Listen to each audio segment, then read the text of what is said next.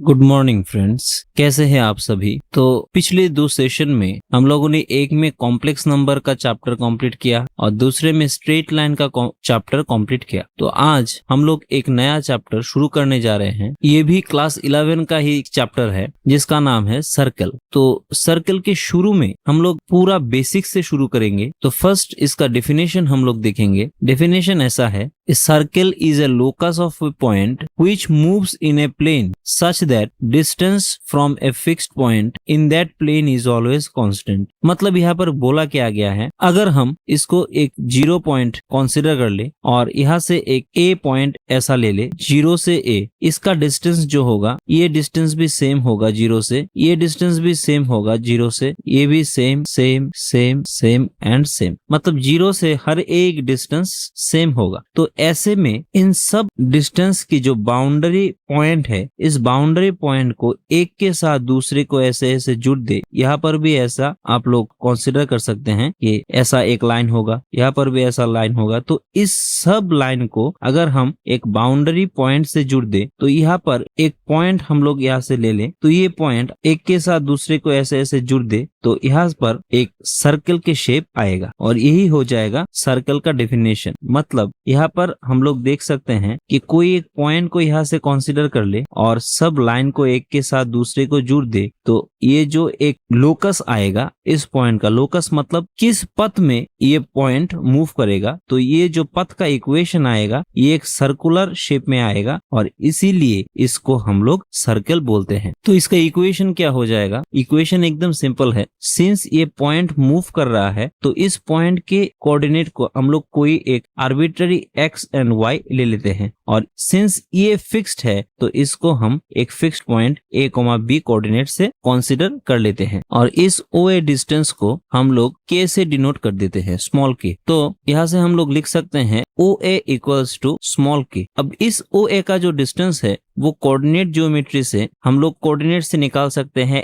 x minus A इसका whole square plus y minus B इसका whole square equals to small K. तो square root को right hand side में ले जाए तो हो जाएगा x माइनस ए इसका whole square plus y minus B इसका whole square equals to K square और यही हो जाएगा इक्वेशन ऑफ सर्कल। तो आशा करता हूँ अप टू दिस आप लोग समझ गए होंगे। तो ये एक छोटा सा इंट्रोडक्टरी सेशन था। अगले सेशन में हम लोग इसके ऊपर कुछ पर्टिकुलर केस के बारे में बात करेंगे। तो तब तक के लिए thank you and good bye.